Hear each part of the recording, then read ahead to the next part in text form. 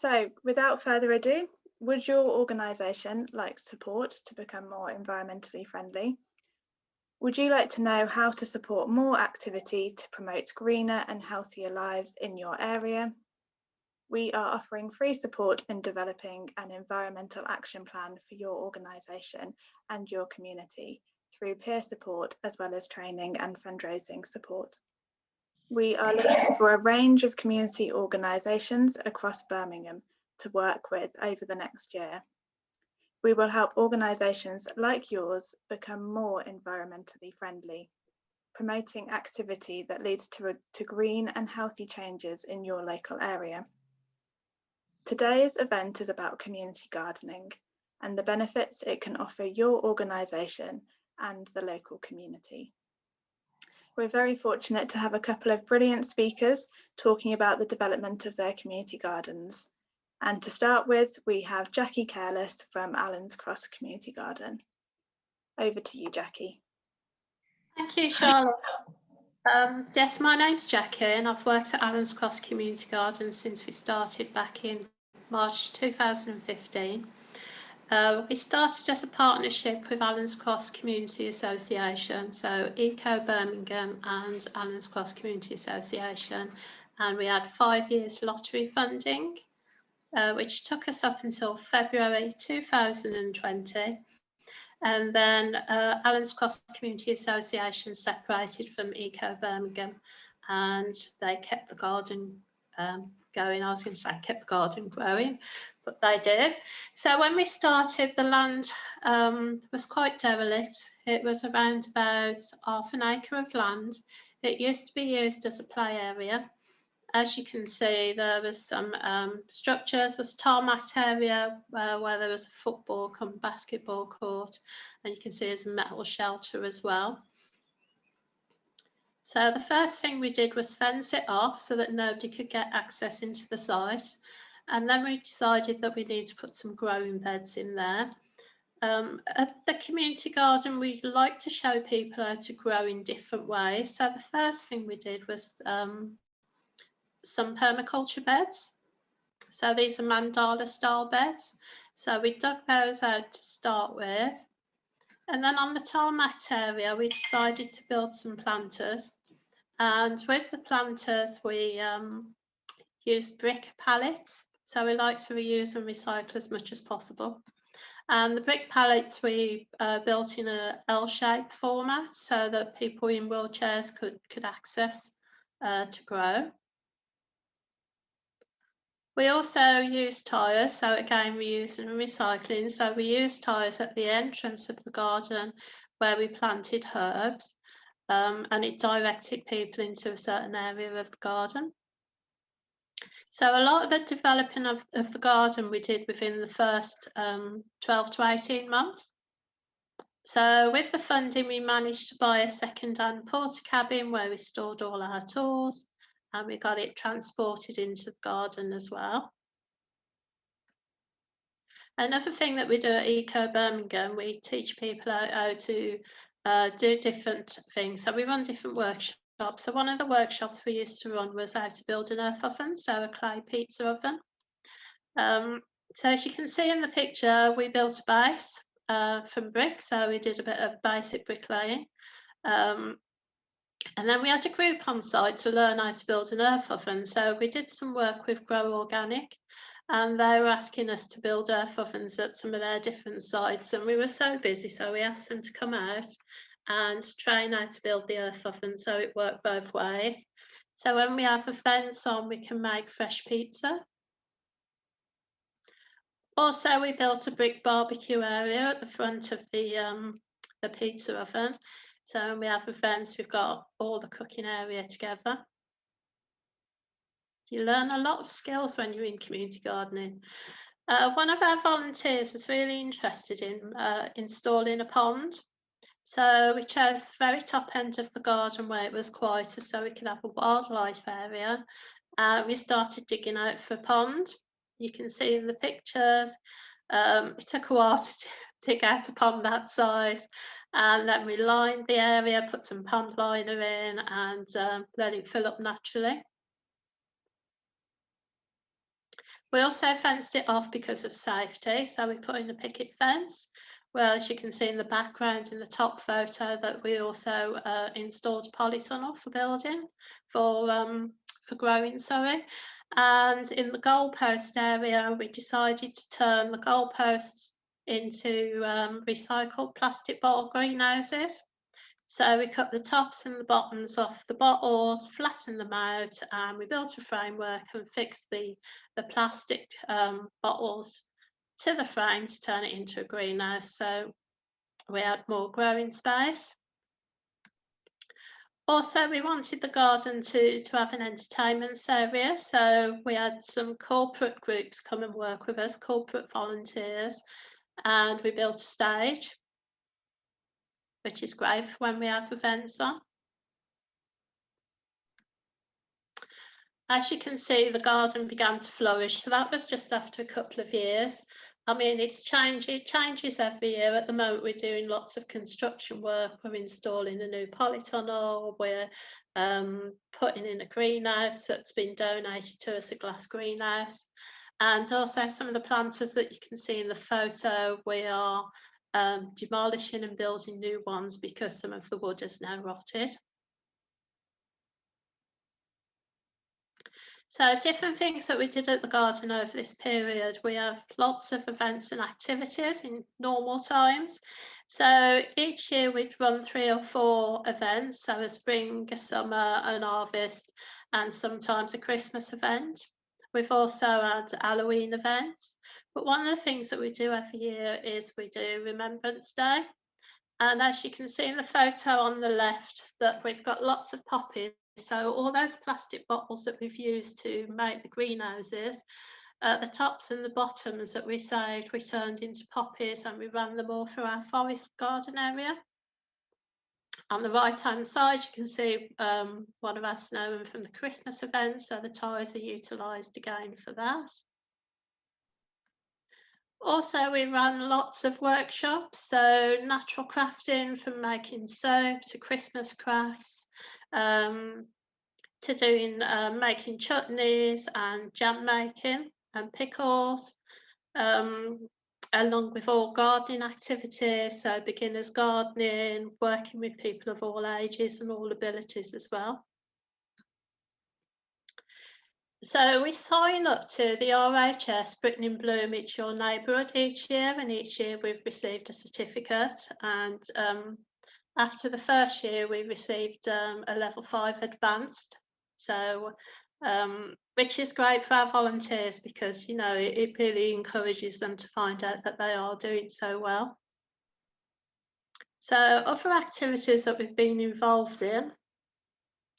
We were contacted a few years ago by a lady called Hannah Genders, who's a gold medal landscape gardener, and she asked us to be a part of Eco Green and Growing at the Malvern Show. So for 2 years running, we've had a display of what we do. We've reused and recycled materials. So as you can see, there's a double bed that's made up. That was something that was fly tipped outside the community centre. We've got some of our wooden planters.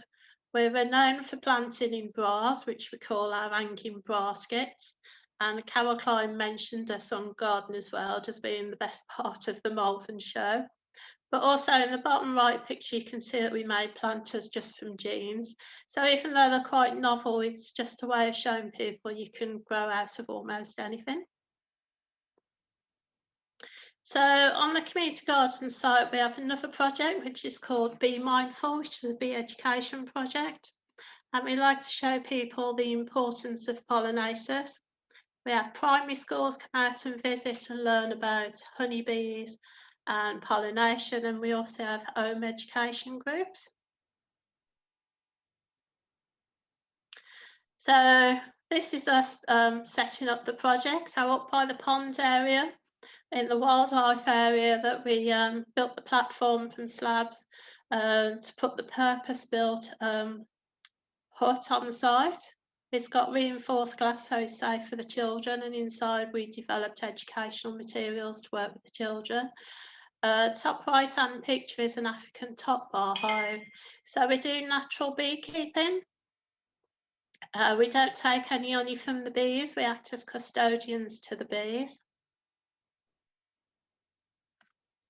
As you can see on these photos, that on the left-hand side is a swarm entering the hive for the first time, and then we've got a natural bee comb that the bees build, and at the bottom we've got a lovely thank you picture from one of the schools that came to one of our sessions. During the pandemic, it's been quite hard for a lot of charities and community spaces, but we wanted to work with our local community and do something useful. And as we all know, during the pandemic, lots of people started to grow at home. So we managed to get some extra funding, and we did a project called Give It a Grow, where the general public could apply for growing kits. In the growing kits, there would be vegetable seeds. Also, there would be bulbs, compost and pots, depending on where they needed to grow. So whether it was to grow on a windowsill or to grow to plant outside or in an allotment. But also at the garden, we propagate herbs and fruit bushes. So we decided to give away some of our plants as well. So it was help yourself to a plant. But also we realised a lot of people were struggling to get food. That couldn't afford food because of the pandemic. So we decided to put some tables out front of the community centre, and any surplus produce that we grew, we put outside for people to help themselves for free. And we linked up to our local allotments, Tinker's Farm allotments, and they donated all their surplus produce as well. And it was a brilliant way to work with the local community. So at Allens Cross Community Garden, we like to say we grow people before we grow food. Volunteers are really, really important, and we like to develop and work with our volunteers. So that is Allens Cross. Like I say, we've been there 6 years. Most development in gardens start within the first 1 or 2 years, and then after that you can change things around and you can think about where else you want your project to go. So if I can hand you over to Lynda from Vegan Vybes to talk about the Earth Garden. So if you have any questions, please put them in the chat, and at the end of Lynda's talk, we can answer questions for you. So over to you, Lynda. Thank you, Jack. Just introduce myself. I'm Lynda. I'm the founder of Vegan Vybes.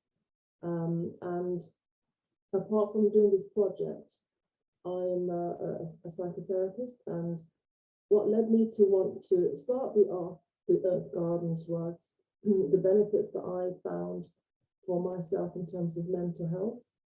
And whilst having such an amazing experience in the garden, I wanted to share it with people so that if they weren't able to access therapy for themselves or on a one-to-one basis, they could get some benefits from being outside.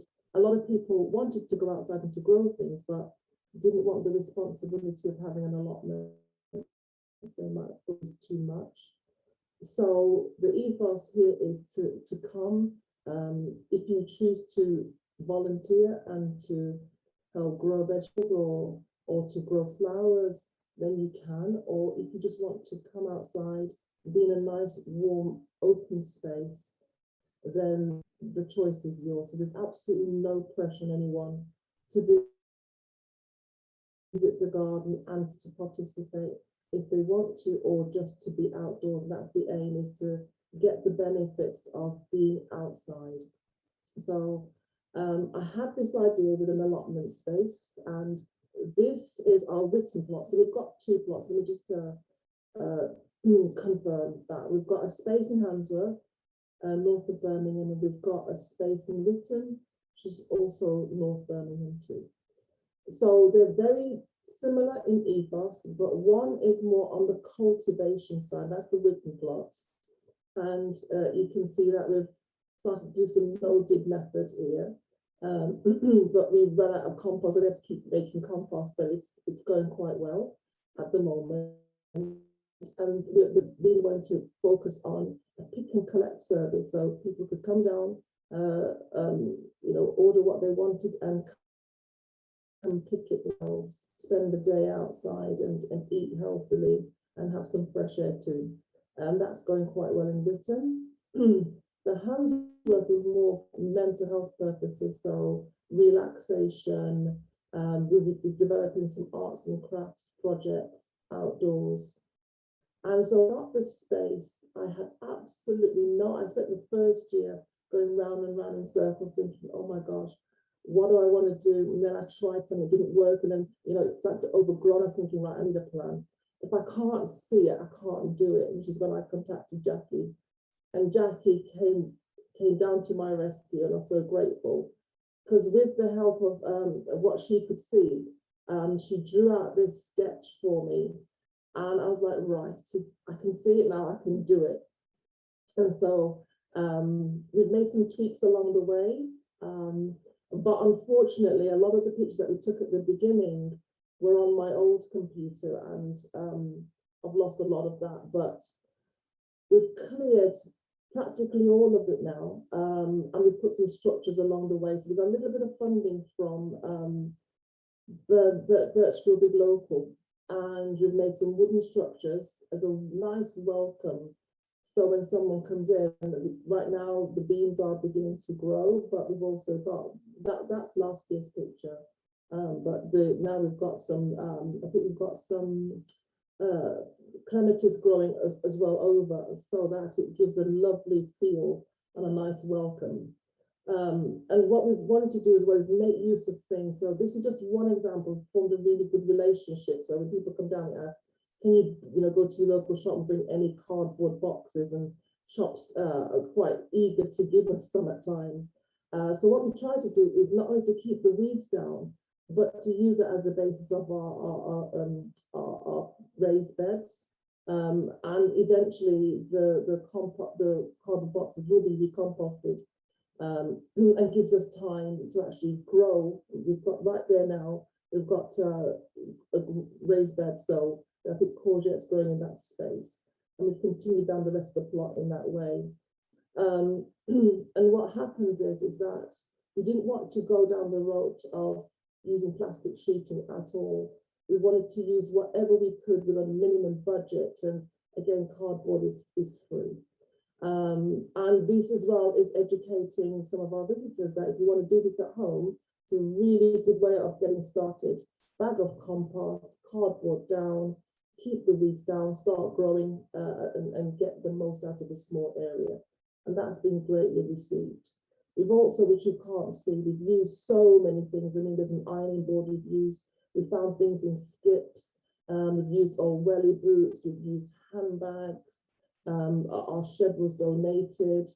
We've had water buckets that we've just found, tables that we found in skips and on sides of the road. So we've made use of quite a lot of things, and I really wanted to demonstrate that there shouldn't be an obstacle if you really want to get started. You can just improvise, and we try to be as creative as we can. And again, the main day for this Handsworth site is on a Sunday, when we all gather, got the radio, we have a laugh. Some of the ladies bake cakes, in between we have a break, and then we crack on with it. So it's very much a communal learning experience. And what we've had so far is the visitors saying how welcome they feel, but how much improved they feel when they've left. They get a really good sleep in the night. So again, here we've been given some planters, scaffolding boards, I should say, here, using old bits of log to start forming boundaries.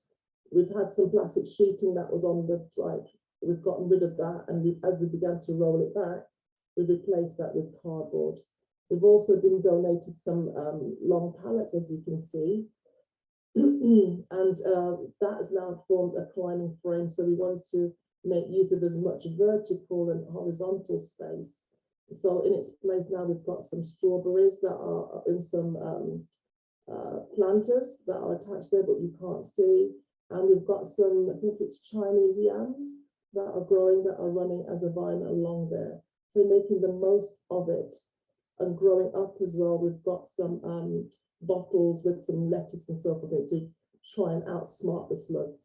So that's making use of every little bit that we've got at the moment.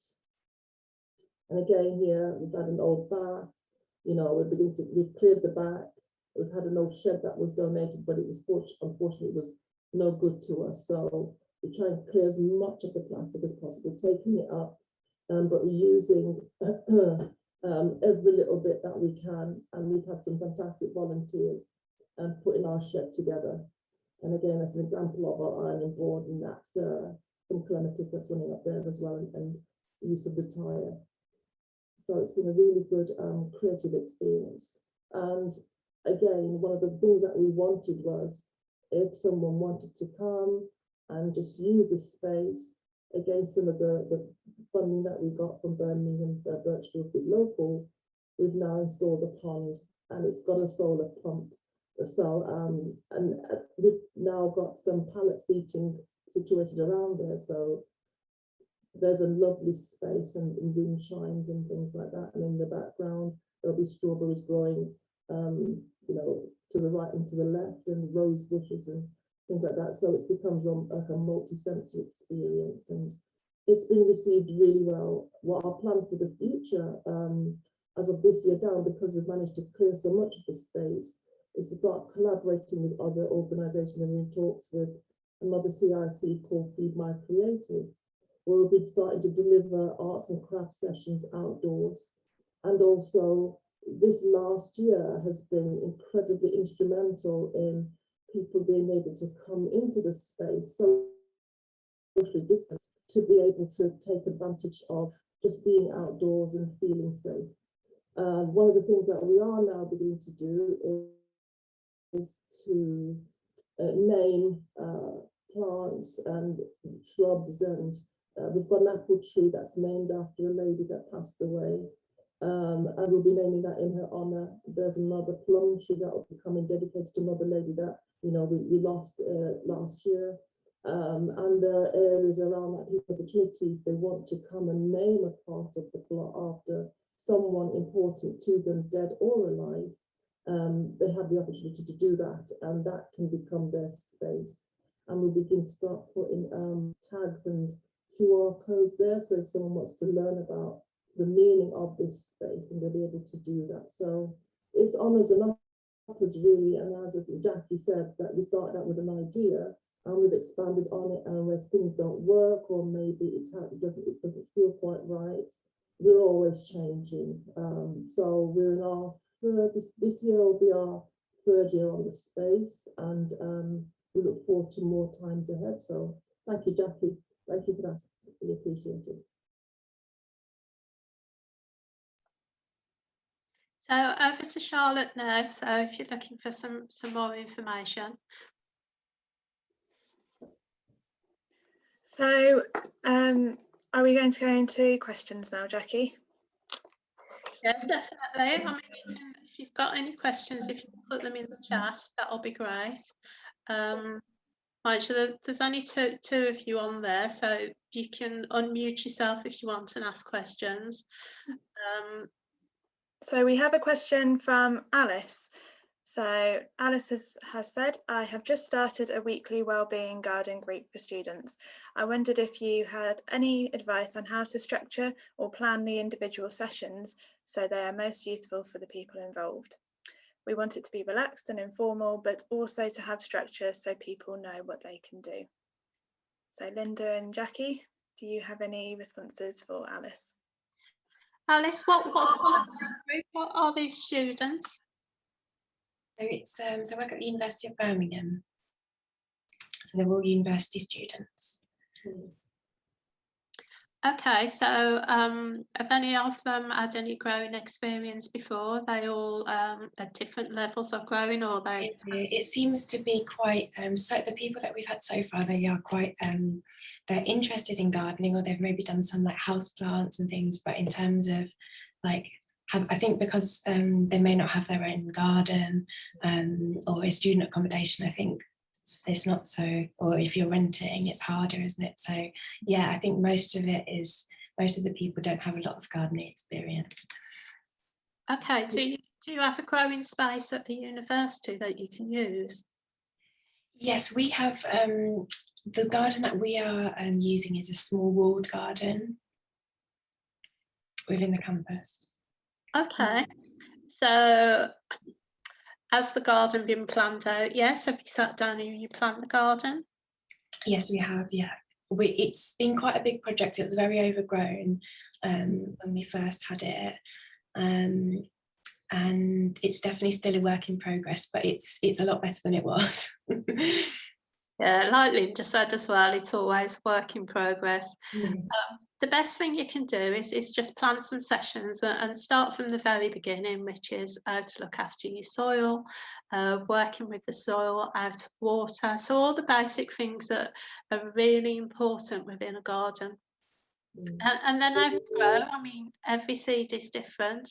You can teach people just by reading the backs of the packets of the seeds, and get people to, perhaps if they have got windowsills at home, they can plant something, the garden, take it home, watch it grow, so they feel pride in what they're doing and bring it into the garden to plant. Well, when it comes to well-being, it's very therapeutic being outside, working outside in the garden. It also gives that social aspect as well.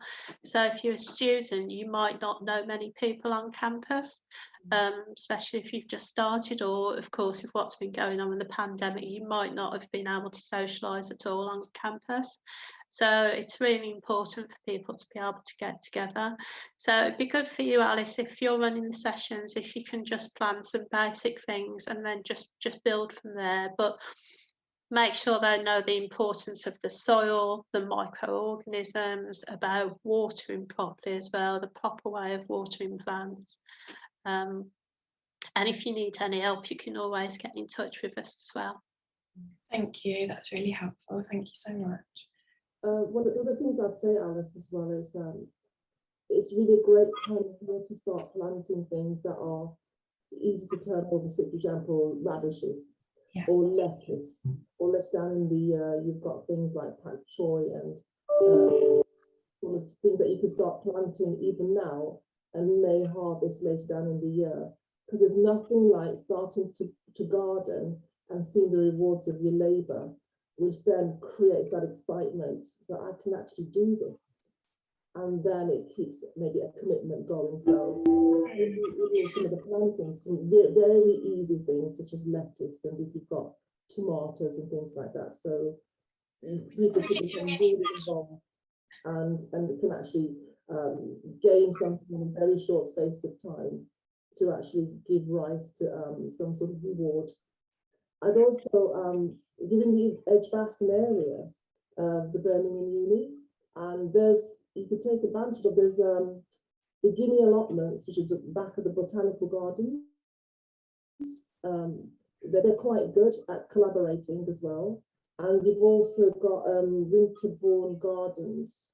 They're a teaching facility now. So maybe you could do some cross-fertilization in terms of maybe quid pro quo. I'm not sure what that could be, sorry. But they're great on giving advice and support, and they're also a teaching and learning facility. Definitely, no, we've already been in contact with Winterbourne quite a lot because they're owned by the university as well, and they've donated some plants to us. We're not focusing so much on the veg growing because there's already a student project doing that. So we're more kind of like plants and well-being side of the kind of having it as a space, as like a safe, relaxing space, as well as a working garden as well. I think I was thinking things like sunflowers and things that are kind of just can give that big impact and that satisfying kind of thing, you know, that people have grown them themselves.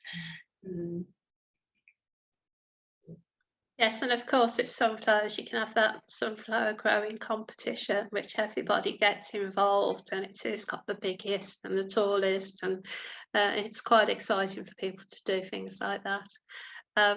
But of course, Alice, like I say, if there's anything you need, you can just get in touch and we can help you through either community learning project or through Power to Grow as well. So Thank you. That would be great. I think I definitely will be in touch, and because we don't have we had some funding from the Children's Society, but we don't have anything, so we're having to things like planters and stuff. I was thinking of doing things like with tires and stuff anyway, so if it's at all possible to visit the Allens Cross garden as well, that would be brilliant at some point. Absolutely, and we use a lot of we reuse and recycle the same as Lynda, and we use a lot of pallet woods to make planters, and like you've seen on the photos, grow out of anything. You can make it fun as well for people, and they get more involved. But yeah, definitely we can set up a time for you to come out and visit. It'd be nice for you to visit Lynda's garden as well if you're able to get over to Handsworth. That'd be brilliant. Yeah. Thank you. Have we got any more questions?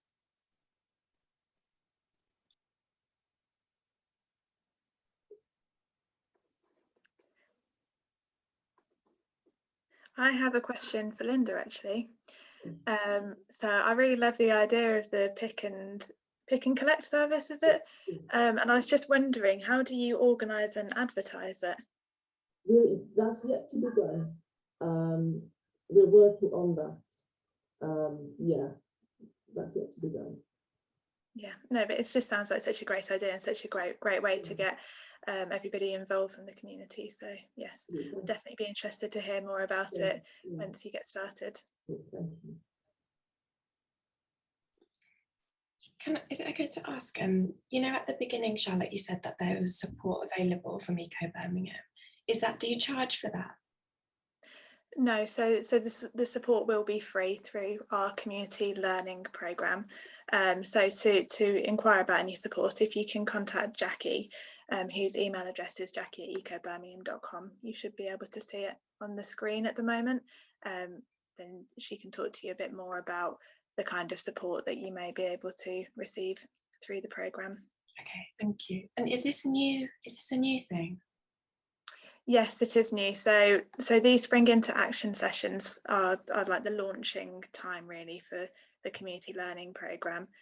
So we've got a few different sessions. So this is the community gardening one, but we also have ones on cycling and how to get more people in the community cycling. We've got ones on energy and water and how to reduce consumption. And we've also got one on recycling and waste as well. So if you are interested in any of those, then we have those sessions running over the next couple of weeks. Okay, great. Is that all on the Eventbrite? Yes, it should all be on the Eventbrite. Yeah.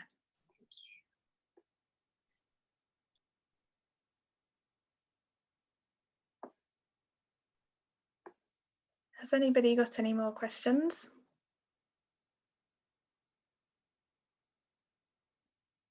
No, I don't think so. Okay, so thank you very much for attending today's session, and to Lynda and Jackie for sharing their experiences of developing community gardens.